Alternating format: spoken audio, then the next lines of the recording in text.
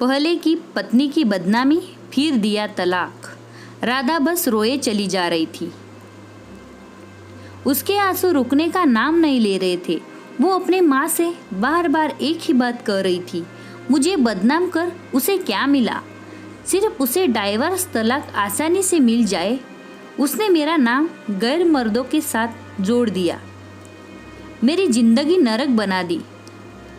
मेरे पति होते हुए खुद मुझ पर ये इल्ज़ाम लगा रहे हैं।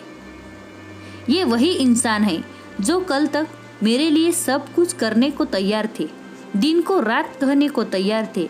आज अपने अहंकार में मुझे नीचा दिखाने के लिए मुझे तलाक दे रहे हैं। मेरी गलती क्या है? अपने और अपनी बेटी के लिए आवाज़ उठाना। अब लोग भी मुझे अजीब नज़रों से देखते हैं, गंदी बातें कहते हैं। रास्ते पर चलना मुश्किल हो गया है। सहेलियाँ भी मुँह फेर लिया। अब कुछ ही मुझे समझती है और मेरे साथ है। माँ, आपका भाई बहन का साथ और बेटी का प्यार साथ मेरा हौसला बढ़ाते हैं। मैंने भी फैसला कर लिया है, मैं लोगों से, तानों से, बदनामी से ना ही डरूंगी, ना ही झुकूंगी, ना ही रुकूंगी। अपने आत्मसम्मान और हक के लिए बिना थके लड़ूंगी।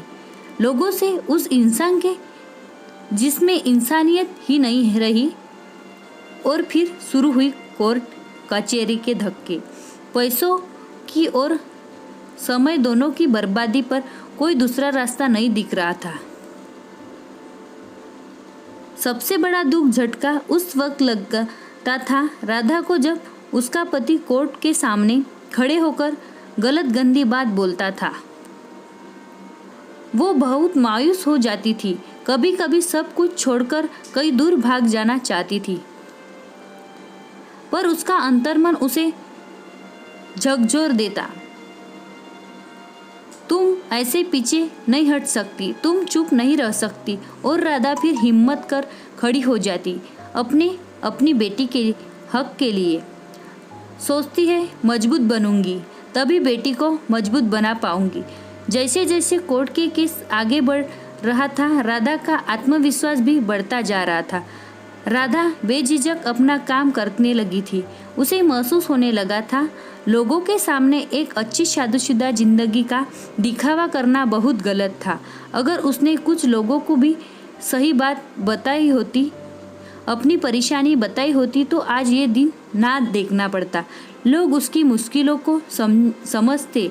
खैर, जो होना था वो हो गया, सोचकर राधा ने ठंडी सांस ली। अब वो खुलकर जिएगी अपनी जिंदगी। उधर राधा के पति को भी एहसास हो गया था। उसने राधा पर झूठे इल्जाम लगाए, मुसीबत मोल ली है। उसने तो सोचा था राधा जैसे समाज में एक अच्छी जिंदगी जीने का दिखावा करने वाली औरत मुंह बंद कर चुपचाप घर में बैठ जाएगी, पर हुआ सब कुछ उल्टा। राधा ने तो घरेलू हिंसा की सच्चाई सबके सामने लाकर रख दी थी। कुछ सबूत भी जुटा लिए थे राधा ने। वो अब अपनी बेटी के साथ जीना सीख गई थी।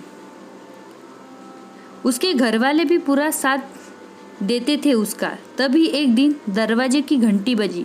राधा ने भी सोचा कौन हो सकता है इस वक्त। जब देखा तो वो अचंभित रह गई। दरवाजे पर उसका पति खड़ा था। उसने राधा से पूछा, अंदर आ जाऊं? राधा ने कुछ सोच हाँ बोला। उसे अंदर आने दिया और पूछा, अब क्यों आए हो? वो बोला, मुझे माफ कर दो, मुझसे गलती हो गई और घर वापिस चलो। मैं तुम्हारे और अपनी बेटी के बिना नहीं रह सकता। अचानक आए इस बदलाव से राधा सोच में पड़ गई थी। वो कुछ समझ नहीं पा रही थी, पर उसका पति केस वापस ले, साथ में सुखी जीवन बिताने की बात कर रहा था। उसने राधा से कहा, चाहो तो थोड़ा सोचकर जवाब देना। पर राधा का जवाब तो तैयार था। उसने साथ जाने से मना कर दिया और बेटी ने भी बोला, बोल दिया, मैं मम्मी के साथ ही रहूंगी। राधा का पति ये बोलकर तुम ठीक नहीं कर रही हो वहाँ से चला गया। पूरी रात वो सोचती रही, उसने गलत निर्णय तो नहीं लिया? क्या मुझे अपनी बेटी के अच्छे भविष्य के लिए साथ चले जाना था? बेटी को माँ पापा दोनों मिल जाते, शायद सच में उनकी सोच बदल गई हो। सोचते सोचते सुबह हो गई। सब घरवाले भी सोच में थे, क्या किया जाए, इंसान बदल भी तो सकता है। पर सबसे समझदारी दिखा कुछ दिन इंतजार करने का सोचा। तभी केस की तारीख भी आ गई। राधा ने सोचा था आज के पति से के व्यवहार से पक्का निर्णय ले लेगी, और जो हुआ सोच से बाहर था। पति का वही रूप पाया। राधा आज भी अपनी बेटी के लिए लड़ रही थी। बस एक बात सोचती थी, उस दिन उसका पति बदला रूप ले घर क्यों आया था? क्या साथ जाना सही था, या अपने हक, अपने आत्म सम्मान के लिए लड़ना? आपको हमारी यह कहानी कैसे लगी हमें कमेंट कर ज़रूर बताएं।